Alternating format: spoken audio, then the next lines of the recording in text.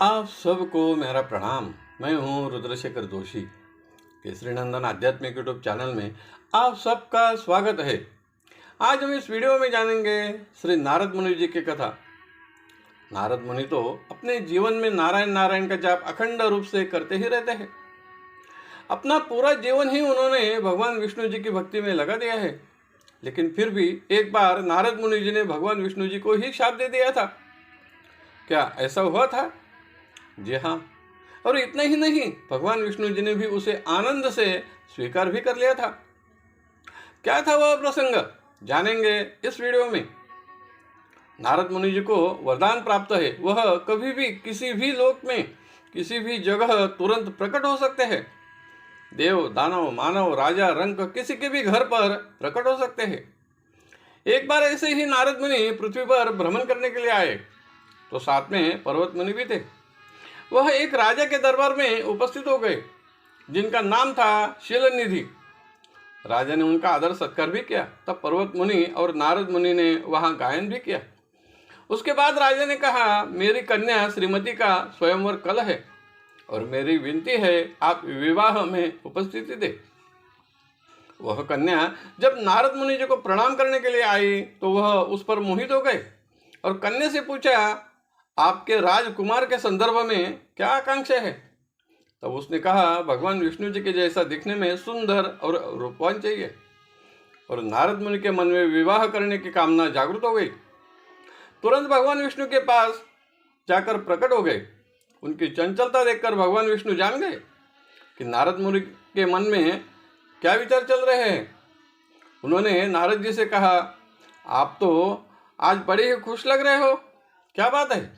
इससे पहले तो ऐसी खुशी, आनंद के भाव आपके चेहरे पर तो कभी दिखे नहीं।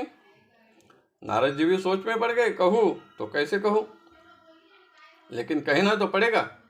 नारद जी ने कहा, है भगवान, मैंने आपके पास आज तक कुछ भी कामना नहीं की है, लेकिन आज कह रहा हूँ, देंगे या नहीं देंगे? भगवान विष्णु जी ने कहा, जब आप पहली बार कुछ मांग रहे हो तो देना तो पड़ेगा ही। बोलो, आपको क्या चाहिए? नारद मुनि जी ने बड़ी खुशी से कहा, हे प्रभु, मेरे मन में विवाह करने की कामना जागृत हो गई है। कल एक कन्या का पृथ्वी पर स्वयंवर है। उनकी कामना है, मुझे भगवान विष्णु जी के जैसा सुंदर रूपवान पति चाहिए। नारद जी आगे कुछ कहे इससे पहले विष्णु जी ने कहा, नारद जी, आज आपको क्या हो गया? आप ब्रह्मचारी ही रहे, विवाह के बंधन में मत फंसे, यह मेरी राय है। नारद जी ने कहा, हे भगवान, आप अभी मेरे कहने से पहले ही मुझे सलाह दे रहे हैं। विष्णु जी ने कहा, ठीक है, आपको क्या चाहिए? तब नारद जी ने कहा, मुझे केवल एक दिन के लिए आपका सुंदर रूप चाहिए। भगवान हंस पड़े और कहा, ठीक है, तुम जाओ तो सही। नारद मुनि को अपना रूप बदलने का आभास हुआ और राजकुमारों की जगह जाकर बैठ गए। जैसे ही नारद जी बैठे, सभी हंसने लगे। राजकुमारी भी श्रीमती जी उनके पास आई और वह भी हंसने लगी और आगे चली गई। तभी नारद मुनि वहां से चले गए और दर्पण में अपना मुख देखा तो वानर के जैसा था।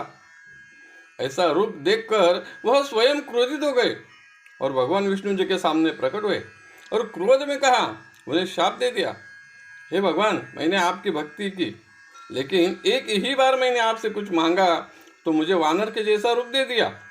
तुम्हें अगले जन्म में वानरों की सहायता लेनी पड़ेगी और मेरे वैवाहिक जीवन की कामना अधूरी रही, इसलिए तुम्हारे अगले जन्म में तुम्हें भी पत्नी का विरह सहना पड़ेगा। फिर भी भगवान जी ने तथास्तु कह दिया और हंसने लगे। तब नारद जी का क्रोध शांत हो गया और सोचने लगे, मैंने इतने क्रोध में आकर न जाने क्या कह दिया, फिर भी भगवान शांत रहे। तभी नारद जी ने भगवान से क्षमा मांगी। तब भगवान ने कहा, हे नारद जी, आपका हित मैं जानता हूँ, किसी का भी अहित होने नहीं देता। तुम्हारा हित इसी में है कि तुम ब्रह्मचारी ही रहे। फिर भी आपने जो जीवन में पहली बार मुझसे कुछ कामना की, लेकिन फिर भी मैं पूरी नहीं कर सका, इसलिए मैं आपके शाप को पूरा करूँगा और आपने जैसे कहा है वैसे ही अगले जन्म में करना पड़ेगा मुझे। फिर भी नारद जी नाराज हो गए, हे प्रभु, मुझे माफ़ कर देना। तो भगवान ने कहा, यह तो विधि का विधान ही है, यह मेरी लीला है। जो अगले जन्म में होने वाला है। इसके लिए आप केवल निमित्त मात्र है। यह सब कुछ मैंने ही किया था। तब नारद जी का समाधान हो गया और अगले जन्म में प्रभु श्री राम जी का अवतार भगवान विष्णु जी ने लिया, वानरों की सहायता ली और 14 साल सीता का विरह सह लिया और अपने भक्त नारद जी का शाप भी सच में जीवन में व्यतीत किया। इस कथा से यह बोध होता है कि भगवान भक्त का हित जानते हैं और वही करते हैं जिससे अपने भक्त का कल्याण ही हो। यह कथा श्री शिव महापुराण पूर्वार्ध रुद्र संहिता सृष्टि खंड में अध्याय 3 और 4 में वर्णित है। आपको यह कथा अच्छी लगी तो जरूर लाइक करें, शेयर करें और वीडियो के नीचे सब्सक्राइब शब्द पर जरूर क्लिक करें। धन्यवाद। नमस्कार। जय केसरी नंदन।